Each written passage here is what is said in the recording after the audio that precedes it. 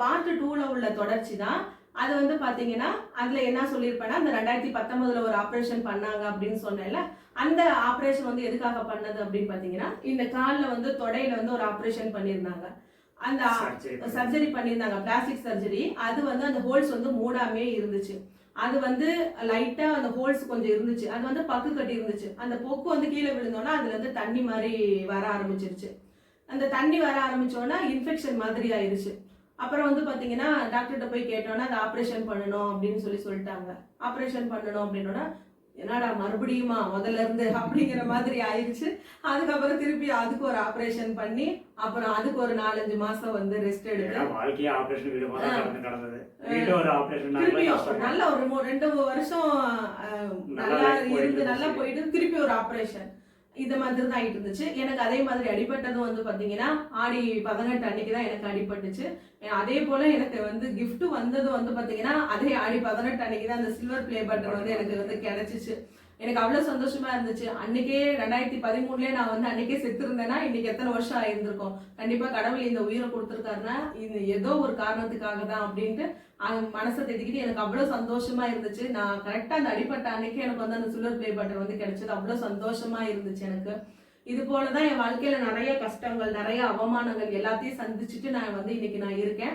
அதே போல வந்து பாத்தீங்கன்னா பார்ட் 1, பார்ட் 2, பார்ட் 3 அப்படியே போயிட்டே இருக்கலாம் லைஃப். அப்படி இருக்கு என் வாழ்க்கையில நடந்தது. அதனால இந்த பார்ட் 3லயே நான் வந்து கம்ப்ளீட்டா என் லைஃப், எங்க வாழ்க்கையில என்னென்ன நடந்துச்சு, இன்னைக்கு நாங்க எப்படி இருக்கிறோம் அப்படிங்கறத எல்லாத்தையுமே நான் வந்து சொல்லிடுறேன். இப்படிதான் வந்து என் வாழ்க்கையில வந்து தண்டுவட அடிபட்டு நிறைய பிரச்சனைகள்.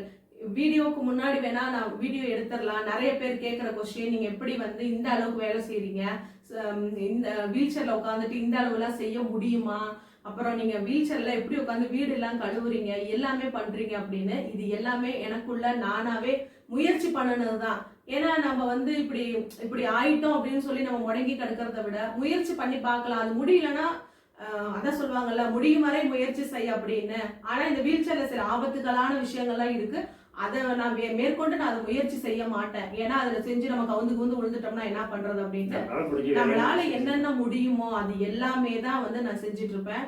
இன்னொன்னு என்ன விஷயம் அப்படின்னு வந்து பாத்தீங்கன்னா, இந்த தண்டுவடத்துல அடிபட்டுச்சுன்னா 2 சவால்கள். இதுல வந்து மிகப்பெரிய சவாலே 2 சவால் தான். என்னன்னு வந்து பாத்தீங்கன்னா, படுக்க பொண்ணு வராம இருக்கணும், இன்னொன்னு யூரின் மோஷன் கண்ட்ரோல். இது 2த்தையுமே நம்ம சமாளிச்சோம்னா கண்டிப்பா நம்மளால வந்து இந்த தண்டுவடை அடிபட்டாலும் ஒரு நல்ல வாழ்க்கையை நம்ம வந்து வாழலாம்.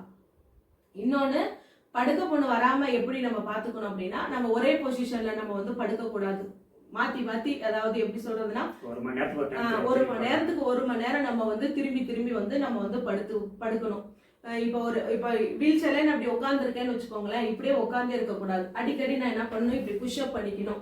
ஏன்னா நம்ம இப்படி புஷ்அப் பண்ணும் பொழுது கீழே வந்து நம்மளுக்கு வந்து காத்தோட்டங்கள் போகாம, இப்ப நம்ம நார்மலா பஸ்ல போயிட்டு இருக்கும் பொழுது கொஞ்சம் ரொம்ப நேரம் டிராவல் பண்ணிட்டு இருந்தோம்னா அடியில எப்படி நம்மளுக்கு ஒரு மாதிரி எரிச்சலா இருக்கு. அது மாதிரிதான் நம்ம இப்படியே அது உணர்வு இல்லாம நம்ம இப்படியே உட்கார்ந்து இருக்கும் போது நம்மளுக்கு அழுத்தம் கொடுத்து அந்த இடத்துல அப்படியே புண்ணாயிரும், அப்படியே சூடாகி அந்த இடத்துல பிளட் சர்க்குலேஷன் வந்து அப்படியே வந்து ஸ்டாப் ஆகி அந்த இடம் அழுக ஆரம்பிச்சிடும். அந்த அழுக ஆரம்பிச்சோன்னா அந்த இடத்துல அப்படியே கருப்பாகி அப்புறம் சிவப்பாகி அப்படியே அந்த தோல் உறிஞ்சு புண்ணாகி அதுதான் படுக்க புண்ணு. அப்படியே உள்ள வரைக்கும் எலும்பு வரைக்கும் போயிடும். அது சில பேர் படுக்க புண்ணு வந்து நிறைய பேர் இறந்து போயிருக்காங்க. புண்ணு வந்து அந்த படுக்க புண்ணு வந்துருச்சுன்னு வச்சுக்கோங்களேன், அப்படியே பெரிய ஹோல்ஸ், உள்ளேயே ஒரு கை உள்ள போகும், அந்த மாதிரி இருக்கும். அந்த படுக்க புண்ணு வந்துருச்சுன்னா இதுல உள்ள தோல் எடுத்து அதுக்கு ஒரு ஆபரேஷன் பண்ணி ஐயோ வாழ்க்கையே வெறுத்து போயிடும். வெறுத்துருவாங்க வாழ்க்கை. பாத்தீங்கன்னு வச்சுக்கோங்களேன், அப்படியே ரணகலமாயிரும். குப்பரிக்கே படுத்திருக்கணும், எந்திரிச்சு உட்கார கூடாது. இதுதான் இதுல உள்ள பிரச்சனையே. அப்படி நம்ம வராம 2 மாசம் 3 மாசம் கவுந்தே படுத்திருக்கணும். மிச்சமால ஆகும். அது ஆழமா புண்ணாயிருச்சுன்னு வச்சுக்கோங்களேன், ரொம்ப நாளா ஆகும். அப்ப நம்ம என்ன பண்ணணும், இந்த படுக்க புண்ணு வராம நம்ம எப்படி இருக்கணும் அப்படின்னு சொல்லி நம்ம கரெக்டா அதை ஃபாலோ பண்ணிக்கலாம். இன்னொன்னு, யூரின் மோஷன் கண்ட்ரோல். சில பேத்துக்கு வந்து அடிப்படுற லெவலை பொறுத்து இருக்கு. சில பேத்துக்கு அந்த உணர்வுகள் வர்றது தெரியும், சில பேத்துக்கு சுத்தமாவே வர்றது தெரியாது. இந்த மாதிரி நிறைய பிரச்சனைகள்லாம் இருக்கு. அதை நம்ம எப்படி மேற்கொள்ளணும் அப்படின்ட்டு எனக்கு வந்து மறுவாழ்வு பயிற்சி மையத்திலேயே எல்லாமே வந்து எனக்கு வந்து சொல்லி கொடுத்துட்டாங்க. எப்படி கத்தீட்ரு யூஸ் பண்ணணும், அப்புறம் 3 மணி நேரத்துக்கு ஒரு முறை நம்ம ஐசிசி பண்ணணும். ஐசிசினா கத்தீட்ரு போட்டு எடுக்கிறது. இந்த மாதிரி எல்லா தண்ணி எவ்வளவு விஷயங்களுமே குடிக்கணும் என்னன்றத தண்ணி கூட எந்த அளவுக்கு குடிக்கணும் அப்படிங்கறது எல்லாத்தையுமே அவங்க வந்து சொல்லி கொடுத்துருவாங்க. நம்மள மாதிரி இருக்கிறவங்க தண்ணி குடிக்கிறத கூட நம்ம எப்படினாலும் குடிச்சிக்கலாம். ஆனா அவங்க வந்து அதுலயே ஒரு கண்ட்ரோல் இருக்கு கண்ட்ரோல் தண்ணி இருக்கு. குடிக்கிறதுலயும். அதிகமா தண்ணி குடிச்சோம்னா நம்மளுக்கு இப்ப தண்ணி அதிகமா தேவைப்படுதுன்னா அதுக்கு தகுந்தாப்புல இப்ப 3 மணி நேரங்கிறது டக்குன்னு நம்ம ஒரு 1.5 மணி நேரத்துல நம்மளுக்கு யூரின் வர மாதிரி இருந்தா நம்ம டக்குன்னு கத்திட்டு போட்டு யூரின் எடுத்துடலாம். இந்த மாதிரி தான் நிறைய பிரச்சனைகள் எல்லாமே இருக்கு. இது எல்லாத்தையுமே ஃபேஸ் பண்ணணும். நம்ம என்ன போடா அப்படின்னு நம்ம நினைச்சிட்டு இருந்தோம்னா அதுல ஏதாவது ஒரு பிரச்சனைகள் வந்துரும். இது கிட்னி பிரச்சனைகள் வர்றது, யூரின் இன்ஃபெக்ஷன் ஆகிறது. நம்ம என்னதான் கவனமா பார்த்துட்டாலும் இந்த யூரின் இன்ஃபெக்ஷன் வரும். அதுக்கு தகுந்தாப்புல எல்லாம் நம்ம கரெக்டா ட்ரீட்மெண்ட் எடுத்துட்டு தண்ணி நிறையாவும் குடிக்கணும். அதே போல கரெக்டா அந்த டைமுக்கு யூரினை எடுத்துடணும். நம்ம வந்து சில சமயத்துல யூரின் லீக் ஆகும். இந்த மாதிரி எல்லாம் ஏகப்பட்ட பிரச்சனைகள் இருக்கு. அது எல்லாமே நம்ம லீக் ஆகாம யூரின் மோஷனை கண்ட்ரோலா வச்சுக்கிட்டு ரெகுலரா நார்மலான இருக்கிற மனுஷன் போல நம்மளாலே வாழ முடியும். இதுதான் நான் வந்து அப்படிதான் வந்து எல்லாமே ஃபாலோ பண்ணிட்டு கரெக்டா யூரின் மோஷன் கண்ட்ரோல் கரெக்டா வச்சுக்குவேன். காலையில எழுந்திரிச்சா இத்தனை மணிக்கு, அதே மாதிரி இத்தனை மணிக்கு யூரின் எடுத்திருக்கோம், அடுத்தது இத்தனை மணிக்கு நம்ம எடுக்கணும், இத்தனை மணிக்கு நம்ம குளிக்கணும். இதெல்லாம் நான் வந்து கரெக்டா ஒரு டைம் டேபிள் மாதிரி எனக்குள்ளேயே ஒரு டைம் வச்சுக்கிட்டு நான் எல்லாமே பண்ணிக்குவேன். நான் வெயில் காலம்னா ஒரு நாள் 2 வேளை இல்லை 3 வேளை கூட நம்ம குளிச்சுக்கலாம். நல்லா அப்பதான் நம்மளுக்கு வந்து ஒரு ஃப்ரெஷ்ஷா இருக்கும். அந்த மாதிரி தான். அப்புறம் அடிபட்ட உடனே இப்படிலாம் அடிபட்டுருச்சு, வாழ்க்கையே வெறுத்து போச்சு அப்படின்லாம் சொல்லிட்டு தலையெல்லாம் சீவாம அப்படிலாம் இருக்கக்கூடாது. எப்பயும் போல நல்லா தலை சீவிட்டு நல்லா பொட்டு வச்சுட்டு நல்லா நீட்டா நம்ம இருந்தோம்னா நம்மளுக்குள்ளே ஒரு உணர்வுகள், அப்பா நம்ம நல்லா இருக்கும் அப்படின்ற ஒரு எண்ணம் வரும். அது போலதான் நான் எல்லா வேலையும் முடிச்சுட்டு எனக்கு டக்குன்னு சாயங்காலம் ஆனா தலையை சீவிடுவேன். எல்லாமே பண்ணிட்டு கரெக்டா நான் இருந்துக்குவேன். அப்பதான் நம்மளே பார்க்கும் பொழுது நம்மளுக்கே அப்பதான் ஒரு ஆசைகள் வரும், ஒரு உற்சாகமா இருக்கும். நம்ம வந்து நானும் அப்படியே சோகமா இருந்தேன்னா அப்புறம் இவருக்கும் வந்து ஒரு இதா இருக்கும். ஏன்னா இது வாழ்க்கை வெறுத்து போயிடும், ஏன்னா இது பேஷண்ட் மாதிரி இருக்குது அப்படின்ட்டு நம்ம வந்து ஜாலியா எப்பயும் போல இருந்துகிட்டு அவ்வளவுதான். அதே போல இதெல்லாம் வந்து என்ன வராது. இன்னொன்னு வந்து பாத்தீங்கன்னா நான் அடிபட்டு என் பக்கத்து பெட்டுக்காரங்க தான் அவங்க நல்லா பழகிட்டு நல்லா தான் பேசிட்டு இருந்தாங்க, நல்லா பழகுவாங்க. நானும் அவங்களுக்கு ஆறுதல் இது மாதிரிலாம் சொல்லிட்டு இருந்தேன். திடீர்னு ஃபோன் பண்ணி கேட்குறேன் இறந்து போயிட்டாங்க அப்படிங்கிறாங்க. என்னன்னு சொல்லி கேட்டா படுக்க புண்ணு வந்துருச்சு, அதே போல யூரின் மோஷன்லாம் வந்து அவளுக்கு வந்து இதெல்லாம் பிடிக்கல, சூசைட் பண்ணிக்கிட்டா அப்படிங்கிறாங்க. அப்ப முடிவு பண்ணேன் அந்த தப்பை நம்ம என்னைக்கும் பண்ணிடக்கூடாது. கடவுள் கொடுத்த உயிர் அவர் என்னைக்கு திருப்பி எடுத்துக்கிறாரா எடுத்துக்கிட்டோம். அது வரைக்கும் நம்மளால என்னென்னலாம் முயற்சி பண்ண முடியுமோ அது எல்லாத்தையுமே நம்ம வந்து பண்ணிக்கலாம். நம்மளால என்னென்னலாம் பண்ண முடியுமோ அதெல்லாம் நம்ம பண்ணிக்கிட்டே இருக்கலாம். இதை பார்த்து நம்ம பயந்து நம்ம எல்லாம் சாவக்கூடாது அப்படின்ட்டு நான் எனக்குள்ளே தைரியத்தை நான் சொல்லிக்கிட்டேன். நீ எனக்கு கொடுத்த உயிர், நீ எப்ப எடுக்கணுமோ அதை எடுத்துக்கோ, ஆனா அது வரைக்கும் என் கூட துணையாரு, எவ்வளவு பிரச்சனைகள் வந்தாலும் அதை சமாளிக்கிற தைரியத்தை எனக்கு கொடு அப்படின்னு தான் கடவுள்கிட்ட நான் வந்து வேண்டிக்கிட்டேன். அது போலதான் இப்படிதான் என் வாழ்க்கையில வந்து நிறைய கஷ்டங்கள் அனுபவிச்சேன். அதே போல நம்ம வீல் சேர்ல வெளியில போன நிறைய பேர்லாம் ஒரு மாதிரி நல்லா பாக்குறவங்களும் இருக்காங்க. ஒரு சில பேர்த்த நான் சொல்றேன், நல்லா பாக்குறேன் ஒரு மாதிரி, சரி இந்த சின்ன வயசுல இந்த பொண்ணுக்கு இப்படி ஆயிடுச்சு என்ன அப்படின்னு கேட்பாங்க. சில பேர் ஒரு மாதிரியா கேட்பாங்க. அதுக்கெல்லாம் நம்ம வந்து பயந்துகிட்டு நம்ம வெளியில போகாம முடங்கில நம்ம இருந்தோம்னா நம்ம வாழ்க்கைய நம்மளே அடிச்சுக்கிட்ட மாதிரி. அவங்க பார்த்துக்கிட்டு தான் இருப்பாங்க, பேசுறவங்க பேசிக்கிட்டு தான் இருப்பாங்க. வீல் சேர்ல போனா அவங்க இப்படி ஒரு 4 நாள் பார்ப்பாங்க, 5 நாள் பார்ப்பீங்க, 10 நாள் கூட பார்ப்பீங்களா, அப்புறம் எத்தனை நாள் எங்க முகரக்கட்டையே பார்த்துட்டு இருப்பீங்க. அவங்களுக்கே போர் அடிச்சு போயிடும். அதனால அதை பார்த்து நம்ம வந்து உள்ள முடங்கிட்டு இருந்தோம்னு வச்சுக்கோங்களேன், அவ்வளவுதான் நம்ம வாழ்க்கை. அப்படிதான் நாளா எங்க போனாலும் ஃபர்ஸ்ட் எல்லாம் பயந்துட்டு இருந்தேன், யூரின் மோஷன் வந்துருமா, ஐயோ வெளியில போகுமா தயங்கிக்கிட்டு இருந்தேன். அதுக்கப்புறம் ஒன்னொன்னாவே நான் பழக ஆரம்பிச்சோன்னே 4 இடத்துக்கு வெளியில போறது, கோயிலுக்கு போறது, இந்த மாதிரி எல்லாம் நானேவே பழகிக்கிட்டேன். இப்ப எங்கேயாவது ஒரு ஊருக்கு போகணும் அப்படின்னா அதுக்கு தகுந்தாப்புல தண்ணி குடிச்சுக்கிறது, அதுக்கு தகுந்தாப்புல யூரின் எல்லாம் எப்படி பண்ணணும் அப்படிங்கிறது எல்லாமே நம்ம அடுத்தடுத்து நம்ம யோசிக்கும் பொழுது அது எல்லாமே கரெக்டா நம்மளுக்கு வந்து அது இதாயிரும். அப்ப நம்ம அந்த வாழ்க்கையில் உள்ள அந்த பயங்கள் எல்லாம் குறைய நம்மளுக்கும் இதை பார்த்துதான் நம்ம இப்படி பயந்துட்டு இருந்தோமா, அவ்வளவுதானா அப்படிங்கிற மாதிரி நம்மளுக்கே ஒரு எண்ணம் தோண ஆரம்பிச்சிடும். அப்படிதான் நான் வந்து இருந்தேன். இப்படிதான் எல்லாம். இப்ப நான் வந்து வெளியில போனோம். ரீசெண்டா கூட நாங்க சேலத்துல இருக்க அந்த முத்துமலை முருகன் கோயிலுக்கு கூட நாங்க போயிருந்தோம். அவ்வளவு சந்தோஷமா இருந்துச்சு. வெளியில போகும் பொழுது அப்படியே புது உலகத்தை பாக்குற மாதிரி எல்லாம் இருக்கும். இங்க லோக்கல்ல இருக்க கோயிலுக்கு வீல் சேர்ல இந்த மாதிரி எல்லாம் நாங்க நிறைய போவோம், அந்த மாதிரி எல்லாம் பண்ணுவோம். இப்படிதான் நிறைய வாழ்க்கையில நாங்க பட்டோம். அப்புறம் இன்னொன்னு கேட்ட கேள்விகள் நீங்க என்னன்னா, உங்க அம்மா அப்பா இல்லையா, ஏன் உங்களுக்கு சப்போர்ட் பண்ண மாட்டாங்களா, அப்புறம் இவங்க அம்மா அப்பா உங்க மாமியார் மாமனார் இல்லையா அப்படிலாம் சொல்லி நீங்க கேட்டீங்க. எங்களுக்கு வந்து எல்லாமே இருக்காங்க. நான் வந்து என்னன்னா இப்ப எங்க அம்மா வந்தோ இல்ல எங்க மாமியார் வந்து எங்க மாமியார் ஆரம்பத்துல எனக்கு எங்க மாமியார் எங்களுக்குலாம் கொஞ்சம் மனஸ்தாபங்கள் இருந்துச்சு. அப்புறம் எங்களை தனியா தான் இருந்தாங்க. பிரச்சனைகள் வந்து நாங்க தனியா வந்து வீடு கட்டிட்டு நாங்க இங்கிட்டு வந்துட்டோம். அப்ப பேசாம இருந்தோம், கொஞ்ச நாள் பேசாம இருந்தோம். அப்புறம் இப்ப நாங்க எல்லாமே இன்னொன்னு என்னன்னா அப்ப அவங்களே எனக்கு வந்து எல்லா வேலையும் செஞ்சு கொடுத்தாங்கன்னு வச்சுக்கோங்களேன், நான் வந்து சோம்பேறி ஆயிருவேன். நான் இண்டிபெண்டா என்னால வாழ முடியாது. கூட அவங்களே சமைச்சிட்டாங்க, அவங்களே பாத்திரம் வலிக்கிட்டாங்க, துணியும் துவைச்சிட்டாங்க. அப்புறம் எனக்கு என்ன வேலை இருக்கும்? எனக்கு எந்த வேலையுமே இருக்காது. படுத்திருக்க வேண்டியதா, இல்லைன்னா போனை பார்த்துட்டு இருக்க வேண்டியதா. எனக்கு அப்ப ஒரு பிடிப்புமே இருக்காது வாழ்க்கையில. அப்படின்றதுக்கோசரம் தான் நான் வந்து என்னால முடிஞ்ச அளவுக்கு நான் எல்லா வேலையுமே நானே பண்ணிக்கிறேன். நீங்க வந்து எங்களுக்கு முடியல அப்படின்னு கேட்டா நீங்க வந்து எனக்கு வந்து செஞ்சு கொடுங்க அப்படின்னு சொல்லிட்டு தான் நாங்க வந்து அவங்களை எந்த தொந்தரவும் பண்றது இல்ல. நாங்க உதவி அப்படின்னு சொல்லி நாங்க கேட்கணும்னா எங்க அம்மா அப்பா, இவரோட அம்மா அப்பா, மத்தவங்க கிட்ட யாருக்கிட்டையும் நாங்க போய் கேட்க மாட்டோம். ஏன்னா நாங்க எல்லாம் பட்டு அனுபவிச்சிட்டோம். நாங்களே பண்ணிக்கிறோம். அதுக்கு முன்னாடியும் நாங்க தெரியாம நாங்க போய் கேட்ட உதவிகளை கூட அவங்க பின்னாடி சொல்லி காட்ட ஆரம்பிச்சிட்டாங்க. நாங்க ரொம்ப எல்லாம் எப்படி அப்பதான் நாங்க முடிவு பண்ணோம், நம்மளால நம்ம கைய ஊனியே நம்மளே எழுந்துச்சுக்கலாம், நம்ம யாருக்கிட்டையும் போய் நிக்க வேணாம் அப்படின்னு சொல்லிட்டு தான் நிறைய நாங்க பட்டுட்டோம். அதனாலதான் எங்களோட வேலை, நாங்க என்ன பொறுத்த வரைக்கும் வீட்டு வேலை மட்டும்தான் நான் செய்யறேன். மாட்டு வேலை நான் எதுக்காக நான் செய்ய கத்துக்கிட்டேன் இவரு கூடனா, நாளைக்கு சப்போஸ் இவருக்கு, ஏன்னா எப்படியாப்பட்ட மனுஷனுக்கும் ஒரு காய்ச்சல் இந்த மாதிரி சூழ்நிலைகள் மாறலாம். அந்த டைம்ல நம்ம யாருக்கிட்டையும் போய் உதவி நம்ம போய் கேட்க கூடாது. ஏன்னா இன்னைக்கு உதவின்னு நம்ம போய் கேட்டு நின்னோம்னா கண்டிப்பா செஞ்சுட்டு பின்னாடி ரொம்ப சொல்லி காட்டுறாங்க. நாங்க இதெல்லாத்தையும் நாங்க அனுபவிச்சோம். இது எல்லாமே எங்க வாழ்க்கையில நடந்துச்சு. இப்படிலாம் வந்து சொல்லி காட்டுறாங்க, எல்லாமே பண்றாங்க. அப்ப நம்மளால யாருக்கு எந்த தொந்தரவும் வேணாம், நம்மளால முடிஞ்ச அளவுக்கு நம்ம முயற்சி பண்ணலாம். வேலையை விட்டுட்டு வந்து செஞ்சிடறாங்க. செஞ்சுட்டு பின்னாடி போயிட்டு ரொம்ப கேவலமா பேசுனாங்க. அதெல்லாம் எங்க காதுக்கு வந்துச்சு. எதுக்கு நம்ம அவங்கள கூப்பிடணும் அப்படின்னு சொல்லிட்டு தான் எல்லா வேலையுமே நானே செய்ய கத்துக்கிட்டேன். இப்ப ஒரு டைம் இவருக்கு காய்ச்சல் வந்துச்சு. அப்ப ரொம்ப கஷ்டப்பட்டேன். என்னடான்ட்டு அப்ப முடிவு பண்ணேன், அப்ப நம்மளும் நம்ம வீட்டு வேலையை மட்டும் இல்லாம மாட்டு வேலையும் எல்லா வேலையும் நம்ம கத்துக்க முயற்சி பண்ணணும். உட்காந்தே இருந்தாலும் நம்மளால என்னென்னலாம் முடியுமோ அது எல்லாத்தையும் நம்ம பண்ணலாம் அப்படின்னு சொல்லிட்டு தான் நான் எல்லா வேலையுமே நான் செய்ய முயற்சி பண்ணினேன்.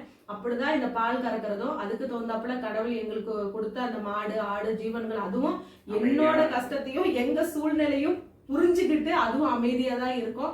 அது எல்லாத்துக்கிட்டையும் நான் வந்து ஆரம்பத்துல இருந்தே வீல் சேர்ல அதுங்க இங்க கண்ணு குட்டி போட்டுருச்சுன்னா போய் தடவி கொடுத்துக்கிட்டு அதுங்க கிட்ட பேசிட்டு ஜாலியா நான் வந்து அதுங்க கிட்ட எல்லாம் இருக்கும் பொழுது பயப்படாதுங்க. வேற மாடுங்க கிட்ட போகும்பொழுது வீல் சேர்ல போகும்போது பயப்படுங்க, மிரளுங்கெல்லாம் புதுசா பார்க்கும்போது. இதுங்க அப்படிலாம் இருக்காது. நான் இப்படி போனாலே என்னோட ட்ரெஸ்ஸை பிடிச்சி இழுக்குங்க, தீனி கொடு அப்படின்னு. எங்க ஆடெல்லாம் என் மேல எல்லாம் ஏறிக்கிட்டு ட்ரெஸ்ஸை பிடிச்சி இழுக்கும், ஜாலியா விளையாடும். அந்த மாதிரி நான் எல்லாமே பழக்கப்படுத்திட்டு இருக்கனால எனக்கு அந்த ஒரு பயம் இல்லை. ஆனா அந்த எல்லா வேலையும் செய்யும் பொழுது நான் வந்து ரொம்ப கவனமா தான் இருப்பேன். ஏன்னா திருப்பியும் பட்டக்காலே படுன்னு சொல்லுவாங்க. அந்த மாதிரி திருப்பி ஏதாவது ஒரு அடிக்கடி பட்டுச்சுன்னா அது சரியாகிறதுக்கு படுத்து ரெஸ்ட் எடுத்து திருப்பி ஏதாவது ஒரு பிரச்சனைகள்னா அதெல்லாம் நம்மளால தாங்க முடியாது. அப்படின்றதுனால சமைக்கும் பொழுது, மாடு கூழ் காய்ச்சும் போது, மாட்டுக்கு தீனி போடும் பொழுதோ, பால் கறக்கும் பொழுது ரொம்ப கவனமா தான் நான் வந்து வேலை செய்வேன். அதே மாதிரி வீல் சேர்ல போகும்போது மேடு பள்ளம் எல்லா இடத்துக்கும் ரொம்ப மேடா இருந்துச்சுன்னா கூப்பிட்டுருவேன், இவரை வந்து தள்ளுங்க அப்படின்னு சொல்லிட்டு. அப்படிதான் நான் வந்து எல்லாமே கரெக்டா தான் செஞ்சுட்டு இருக்கேன். அதை செஞ்சுட்டே இருந்தாலும் கடவுள்கிட்ட நான் வந்து கடவுளே இந்த வேலையை நான் செய்ய போறேன், எனக்கு வந்து துணையாயிரு அப்படின்ற ஒரு ஃபர்ஸ்ட் அவர் நம்ம கும்பிட்டுட்டு அந்த வேலையை நான் வந்து ஆரம்பிச்சிருவேன். இப்படிதான் நான் எல்லா வேலையும் நான் செஞ்சுட்டு இருக்கேன். நிறைய பேர் பயந்துகிட்டு இருக்கீங்க, மாட்டுக்கிட்ட எல்லாம் செய்யும் பொழுது ரொம்ப கேர்ஃபுல்லா செய்யுங்க. நீங்க நாங்க வந்து கவனமா தான் செய்வேன். உங்களோட அன்புக்கு ரொம்ப ரொம்ப நன்றி. அடிபட்டு நான் படுத்திருந்தேன். அப்ப என்ன சொன்னாங்க, படுத்தே கிடக்குறா, ஆக்கி கூட போட முடியல, ஏதோ உட்காந்துக்கிட்டாவது ஆக்கி போடலாம் அப்படின்னாங்க. இப்ப என்ன பேசுறாங்க, உட்காந்துக்கிட்டு இந்த வேலை செய்யறா அப்படிங்கிறாங்க. இப்படிதான் பேசுறாங்க. அப்ப நம்ம அவங்களுக்கு என்ன பதில் சொல்ல முடியும்? நம்ம எந்த பதிலுமே அவங்களுக்கு பதில் சொல்லிக்கிட்டு அவங்க சொல்றாங்களே அப்படின்னு நம்ம நினைச்சுக்கிட்டு அதை போட்டுக்கிட்டே இருந்தோம்னா நம்ம வாழ்க்கையை நம்ம வாழவே முடியாது. இது எல்லாத்தையுமே நான் கடந்து வந்தேன். இன்னொன்னு என்னோட வாழ்க்கையில ஒரு மிகப்பெரிய அடி என்ன விழுந்துச்சுன்னு பாத்தீங்கன்னா, நான் வந்து பிறவியிலே இந்த மாதிரி இருந்திருந்தா கூட சரி போடா அப்படின்ட்டு கூட விட்டு இருந்திருக்கலாம். நல்லா நடந்து நல்லா என் வாழ்க்கையை நான் வாழ்ந்துட்டு இருக்கும் போது திடீர்னு இப்படி ஒரு ஆக்சிடென்ட் ஆகி உட்கார்ந்தோன்னா எனக்கு அப்பொழுதுக்கு இந்த ஊனம் அப்படின்ற ஒரு எண்ணம்லாம் எனக்குள்ள தோணவே இல்லை. அதாவது வெளியாட்கள் அப்படி சொல்லியிருந்தா கூட பரவாயில்ல, உள்ள ஆட்களே தெரிஞ்சவங்களே போகும்போது அவங்க மூஞ்சில போகும்போது முழிச்சுட்டு போகாத, அப்படின்னு திருப்பிட்டு சொன்னாங்க போயிடுவாங்க. அப்படின்னு சொன்னாங்க. அப்ப வந்து எனக்கு அவ்வளவு கஷ்டமா இருந்துச்சு மனசு. என்னடா ஓ அப்ப நம்ம ஊனமா அப்படின்ற ஒரு எண்ணம் எனக்குள்ள அப்பதான் எனக்குள்ள வந்துச்சு. இப்படிலாம் நம்மள சொல்றாங்களே அப்படின்னு சொல்லிட்டு எனக்கு ரொம்ப கஷ்டமா இருந்துச்சு. ஆனா அடுத்தவங்க மனசை டக்குன்னு அவங்க வந்து காயப்படுத்திடுறாங்க. ஆனா அப்படி சொல்லிட்டோம்னா அவங்க மனசு எவ்வளவு வலிக்கும் கஷ்டப்படுறத நினைக்கிறேன். அப்படிங்கறத கொஞ்சம் கூட நினைக்காம இந்த மாதிரி சொன்னோன்னே எனக்கு இவர்கிட்ட தான் நான் வந்து சொல்லிக்கிட்டு அழுதேன். அப்பதான் இவர் வந்து சொன்னார், நீ கவலைப்படாத, நீ விட்டுரு, அவங்க சொன்னா சொல்லிட்டு போய்க்கிறாங்க, அவங்களுக்கு தெரிஞ்சது அவ்வளவுதான், அவங்க சொல்லிடுறாங்க, விடு, நீ உன் மனசு வந்து ஊனம் இல்லைல்ல, அவங்க சொல்றவங்க சொல்லிக்கிட்டோம், 1000 சொல்லிக்கிட்டோம் அப்படிலாம் அவர் சொல்லி எனக்கு தைரியப்படுத்தணும்னு. அப்புறம் நானே இவங்களுக்காக நம்ம ஏன் அழுகணும், இவங்களுக்காக நம்ம ஏன் கண்ணீரை வேஸ்ட் பண்ணணும் அப்படின்னு சொல்லிட்டு மனசை நானே தைரியப்படுத்திக்கிட்டு, இது வந்து எனக்கு வந்து ஒரு விதை மாதிரி, நீங்க இப்படி என்ன சொல்லிட்டீங்கல்ல அப்படின்ட்டு அவங்க மேல எனக்கு கோபம்லாம் இல்லை. நான் ஏற்கனவே ஒன்று சொன்ன மாதிரி தான், நம்ம வந்து சாபம் விடக்கூடாது. எனக்கு இப்படி நீங்க என்ன இப்படி சொல்லிட்டேல, நீ இப்படி ஆகுவ அப்படின்னு நம்ம சாபம் விடக்கூடாது. மறப்போம், மன்னிப்போம் அப்படிங்கிறது தான். சில விஷயங்களை திருப்பி நம்மளுக்கு அதே ஒரு மாதிரியா இருக்கும். மறப்போம், மன்னிப்போம் அப்படிங்கிறது தான். மன்னிச்சிடலாம், ஆனா சில விஷயங்களை நம்மளால மறக்க முடியாது. கண்டிப்பா அந்த மறக்க முடியாது. அந்த வார்த்தைகள் எல்லாமே கண்டிப்பா மனசுக்குள்ள இருக்கும். ஆனா அதையே நம்ம வந்து அவங்க மேல பழி வாங்கணும் அப்படின்னு எண்ணாம, அப்படி சொல்லிட்டாங்கல்ல, நம்ம நம்ம வந்து இத வந்து நம்ம கண்டிப்பா வாழ்ந்து காட்டணும், இவங்க முன்னாடி நம்ம வாழணும், இவங்க இப்படி இருக்கு, அதுல என்ன பண்ணணும் அப்படின்னு நம்ம கரெக்டா நம்ம வந்து பண்ணிட்டு போனோம்னா கண்டிப்பா வாழ்க்கை நல்லா இருக்கும். எனக்கு வந்து அவங்க அப்படி சொல்லிட்டாங்கன்னோட ரொம்ப மனசு கஷ்டப்பட்டுச்சு. அதுக்கப்புறம் அவங்கள நினைச்சு அவங்க மேல கோவம்லாம் வரல. சரி, உங்களுக்கு தெரிஞ்சதை நீங்க சொல்லிட்டீங்க, பரவாயில்ல அப்படின்னு சொல்லிட்டு அதுக்கப்புறம் எனக்குள்ளேயே மனசை தேத்திட்டு, ஆனா என்னதான் இருந்தாலும் இன்னமும் அந்த காயங்கள் வந்து மாறல. அதாவது காயங்கள் மாறல, என்னன்னா அந்த வார்த்தைகள் வந்து இன்னும் என்னால வந்து அதை ஜீர்ணிக்க முடியல. அப்படி இருக்கிற மாதிரி தான் நான் ஒன்னொன்னா என் வேலையெல்லாம் நான் செய்ய ஆரம்பிச்சுக்கிட்டேன். என் பொண்ணுக்கு இன்னைக்கு நான் எல்லா வேலையும் நான் கற்றுக் கொடுக்குறேன் அப்படின்னா, நாளைக்கு எனக்கு ஏதாவது ஒன்று ஆயிடலாம். என் பொண்ணு அப்போ வந்து கஷ்டப்படக்கூடாது. நாளைக்கு வந்து நான் இல்லைனாலும் என் பொண்ணு வந்து கஷ்டப்படக்கூடாது. அவ சாப்பாட்டுக்கோ இல்லை எதுக்குமே கஷ்டப்படக்கூடாது. அதனாலதான் நான் வந்து அவளுக்கு எல்லா வேலையுமே நான் வந்து கற்றுக் கொடுத்துட்றேன். நாளைக்கு வந்து அவ சாப்பாட்டுக்கோ இல்ல மத்தவங்க நாளைக்கு ஒரு இடத்துக்கு போற இடத்துக்கே நமக்கு தெரியாம உட்கார கூடாது. பிள்ளைங்க எல்லா வேலையும் செஞ்சுட்டு போனோம்னாலும் அந்த இடத்துல அவங்களுக்கு ஒரு பேர் பரவாயில்ல, அவங்க அம்மா இப்படி இருந்து எல்லாம் கத்து கொடுத்தாங்க அப்படிங்கிற மாதிரி நான் வந்து எல்லா வேலையுமே அவளுக்கு நான் வந்து சொல்லி கொடுத்துருவேன். நான் இப்படி ஆயிட்டேன், நிறைய பேர் வந்து சொல்லுவாங்க இப்படி ஆயிட்டா அதனாலதான் பிள்ளை வேலை வாங்குறா அப்படிலாம் சொல்லுவாங்க. அப்படி கிடையாது. நாளைக்கு நான் இல்லைனாலும் என் பொண்ணு நல்ல சாப்பாடு சாப்பிடணும். அவளோட வேலைகளை, இந்த உலகம் எப்படி என்ன நல்லது கெட்டது எல்லாமே தெரிஞ்சு அவ வாழணும் அப்படின்றதுக்கோசரமே நான் எல்லாத்தையுமே அவளுக்கு நான் வந்து சொல்லி கொடுப்பேன். இன்னைக்கு அவ எனக்கு சமைச்சு போற அளவுக்கு எனக்கு ஏன் அம்மாவா இன்னைக்கு அவ என்னை வந்து பாத்துக்கிறா. என்னை வந்து எனக்கு முடியல, உடம்பு முடியலன்னா 2 பேரும் பாத்துக்குவாங்க. எங்க 3 பேத்துக்கு இப்ப எனக்கு உடம்பு சரியில்லைன்னா பாப்பாவும் இவரும் பாத்துக்குவாங்க. இவருக்கு கொஞ்சம் ஏன்னா நான் எல்லாரும் நல்லா இருக்கணும்னு சொல்ல முடியாது. திடீர்னு காய்ச்சல் ஏதாவது வரும். அந்த டைம்ல வந்து பாத்தீங்கன்னா இவருக்கு ஏதாவது காய்ச்சல் இந்த மாதிரி வந்துச்சுன்னா நானு பாப்பா எங்க வீட்டுக்கு, நானு பாப்பா 3 பேரும், சரி நானு எங்க பாப்பாவும் சேர்ந்து மாடு கண்ணு இது எல்லாமே நான் பாத்துக்குவேன். அப்பதான் முடிவு பண்ணிட்டேன். அப்பயும் பால் கறக்கிறதுக்கும் நானாவே தான் முயற்சி பண்ணிக்கிட்டேன். நான் முயற்சி பண்ணி பார்க்கலாம், ஒரு நாள் நம்ம முயற்சி பண்ணி பார்க்கலாம் என்னதான் பண்ணுது இந்த மாடு அப்படின்னு சொல்லிட்டு மாட்டுக்கிட்ட நான் வேண்டிக்கிட்டு தான், சாமி எது எட்டி உரைச்சிடாத அப்படின்னு சொல்லிட்டு தான் அதுகிட்ட போய் நான் பால்லாம் நான் போய் கறப்பேன். நானே கத்துக்கிட்டேன். இப்ப இவரே எங்கேயாவது வெளியில போனாருன்னா நானே மாட்டுக்கு தீனி போட்டு நானே பில்லு போட்டுருவேன், நானே சாணி வாரிடுவேன், சாணி வாரி வச்சிருவேன். இவர் வந்து கொட்டிக்குவாரு, அன்னக்கொடையில எல்லாம் வாரி வச்சிருவேன். நானு நிறைய பேத்துக்கு இது ஆச்சரியமாவும் இருக்கு, இதெல்லாம் எப்படி செய்யறாங்கன்ட்டு. இதெல்லாம் எனக்குள்ள நானாவே இப்படிலாம் பண்ணணும் இப்படி பண்ணணும் அப்படின்னு சொல்லிட்டு கடவுள் மேல பாரத்தை போட்டுட்டு வீல் சேர்ல எல்லா இடத்துக்கும் போகும்போது கவனமா தான் செய்வேன். சமைக்கும் பொழுதும் சரி, மாட்டுக்கு கூழ் காய்ச்சும் பொழுதும் சரி, எல்லா இதுலையுமே. ஏன்னா அந்த எங்களுக்கு வந்து நல்லா உதவி பண்ணுவா. அவளும் வந்து சாணி வாரிடுவா, அவளும் வந்து மாட்டுக்கு கூழ் காய்ச்சுவா, சமைச்சிருவா. நாங்க வெளி வேலையை பார்த்தோம்னா எங்களுக்கு எல்லாமே பண்ணி கொடுத்துருவா. இதுதான் எங்களுக்கு. அது போதாதா, கடவுள் கொடுத்துருக்காரு. நான் அப்பதான் நினைச்சேன் 2 கால்கள் இல்லைன்னா என்ன, கடவுள் எனக்கு இந்த 4 கால்களை கொடுத்துருக்காரு. அது போல மனசை ஏற்கனவே சொல்லியிருப்பேன் வீடியோல. எனக்கு வந்து அவ்வளோ ஒரு தைரியமாகவும் இருக்கு. இப்படிதான் எங்க வாழ்க்கையில வந்து போச்சு. நிறைய வந்து கஷ்டங்கள் அவமானங்கள் எல்லாத்தையுமே நாங்க வந்து அனுபவிச்சோம். இது அந்த எல்லாத்தையும் வலி மீறி அனுபவிக்கிறவங்க தான் அது தெரியும், அந்த வலி வேதனை எல்லாம். இப்ப வெளியே ஆள் வந்து பேசிட்டு போயிடலாம், அது அனுபவிக்கலாம் தெரியும் அதோடைய கஷ்டம் என்ன, இது இவ்வளவு இருக்கா அப்படின்னு சொல்லிட்டு நமக்கு தான் தெரியும். இந்த தண்டுவட அடிபட்டா இவ்வளவு பிரச்சனைகள், இவ்வளவு வலிகள் எல்லாத்தையுமே நம்ம சந்திக்க வேண்டியதா இருக்கு.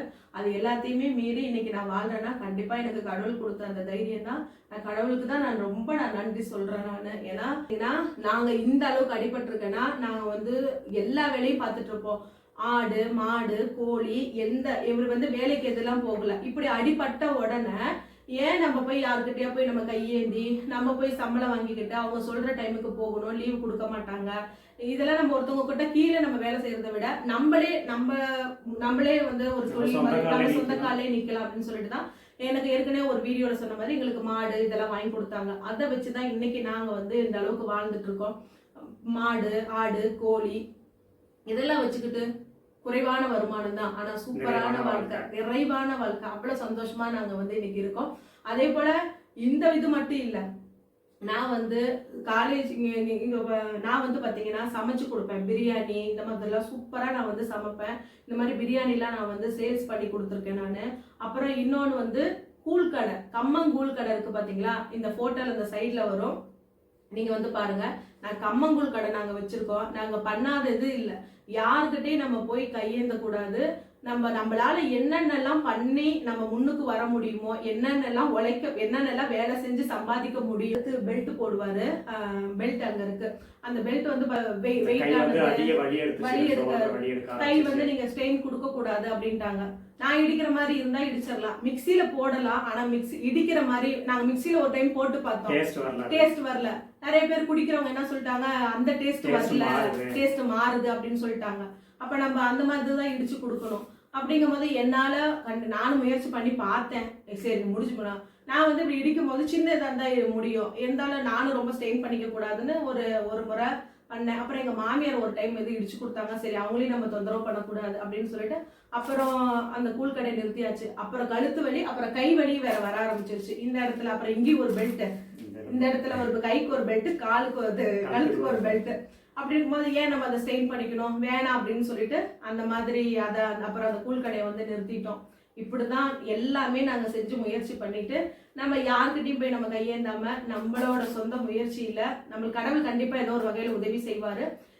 இப்படிதான் நாங்க வந்து வாழ்ந்துட்டு, நம்மளோட முயற்சி வேணும், கடவுளோட ஆசீர்வாதமும் நம்மளுக்கு வந்து வேணும். நம்ம கரெக்டா நம்ம செஞ்சு பண்ணோம்னா கடவுள் அதுக்கு தகுந்த எல்லா இதையும் நம்மளுக்கு வந்து செஞ்சு கொடுப்பாரு. இதுதான் எங்க வாழ்க்கையில வந்து இதுதான். நான் ஏற்கனவே சொன்ன மாதிரி தான், பார்ட் 1 இல்ல பார்ட் 1000 போனாலும் சொல்லிக்கிட்டே போயிட்டே இருக்கலாம். அதனால இந்த பார்ட் 3லே இந்த இது எல்லாத்தையும் நான் வந்து முடிச்சிடுறேன். நான் எங்க வாழ்க்கையில இதுதான் நடந்துச்சு. இது எல்லா பிரச்சனைகள், கஷ்டங்கள், அவமானங்கள், தோல்விகள் எல்லாத்தையும் சந்திச்சுட்டு தான் இன்னைக்கு நாங்க வந்து இந்த வாழ்க்கையை வாழ்ந்துட்டு இருக்கோம். அதுக்கு கடவுளுக்கு நன்றி சொல்றோம். அதுக்கப்புறம் இந்த வீடியோ போட்டு நீங்க எங்களுக்கு சப்போர்ட் பண்ணிருக்கீங்க. இந்த வீடியோலாம் நாங்க எங்களை பார்த்து எங்களுக்கு இவ்வளவு பேர் ஆதரவு தெரிவிச்சிருக்கீங்க. உங்க எல்லாத்துக்கும் ரொம்ப ரொம்ப ரொம்ப ரொம்ப நன்றி சொல்லிக்கிறோம். இதே போல எங்களுக்கு தொடர்ந்து சப்போர்ட் பண்ணுங்க. அதாவது எப்படின்னா, நாங்க ஏதோ சும்மா ஒரு பாட்டுக்கு, இவருக்கு டான்ஸே ஆட தெரியாது, ஏதோ ஒன்று ஆனாலும் நல்லா இருக்கு அப்படின்னு சொல்லி ஒரு ஊக்கம் கொடுக்குறீங்கல்ல, அந்த ஒரு இது போதும். சூப்பர்க்கா, நல்லா இருக்குக்கா அப்படின்னு சொல்றீங்கல்ல, எனக்கு அவ்வளோ சந்தோஷமா இருக்கு. இந்த மாதிரி என்கரேஜ் பண்ணும்போது அப்போ இன்னும் நம்மளால இப்போ இன்னும் நம்ம நல்லா பண்ணணும், இன்னும் நம்ம நல்லா செய்யணும், இப்படி தட்டி கொடுத்தாலே போதும். யாரா இருந்தாலுமே சரி, நம்ம வந்து நல்லா இல்லை அப்படின்னு சொல்றதை விட இன்னும் நீங்க கொஞ்சம் நல்லா பண்ணுங்க, இன்னும் பண்ணுங்க, உங்களால முடியும் அப்படின்னு சொல்ல கண்டிப்பா அவங்க ஒரு வாழ்க்கையில ஒரு நல்ல லெவலுக்கு போவாங்க. அந்த போலதான் நீங்களும் எங்களுக்கு வந்து நீங்க நல்லா பண்றீங்கக்கா, நல்லா பண்றீங்கன்னு என்கரேஜ் பண்றீங்க. எங்களுக்கு ரொம்ப சந்தோஷமா இருக்கு.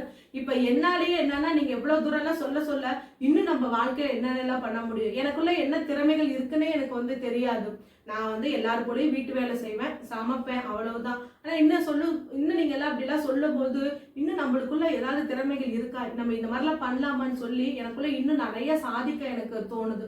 அதுக்கு வந்து முழுக்க காரணம் நீங்க தான். ஏன்னா இந்த அளவுக்கு எனக்கு நீங்க சப்போர்ட் பண்ணிருக்கீங்க. உங்க எல்லாத்துக்கும் ரொம்ப ரொம்ப ரொம்ப ரொம்ப ரொம்ப நன்றி சொல்லிக்கிறேன். எங்களுக்கு இதே போல தொடர்ந்து சப்போர்ட் பண்ணுங்க, எங்களுக்கு ஆதரவு கொடுங்க. எங்க வீடியோ பிடிச்சிருந்தா லைக் பண்ணுங்க, ஷேர் பண்ணுங்க, கமெண்ட் பண்ணுங்க, சப்ஸ்கிரைப் பண்ணுங்க. உங்க எல்லாத்துக்கும் ரொம்ப ரொம்ப ரொம்ப ரொம்ப நன்றி.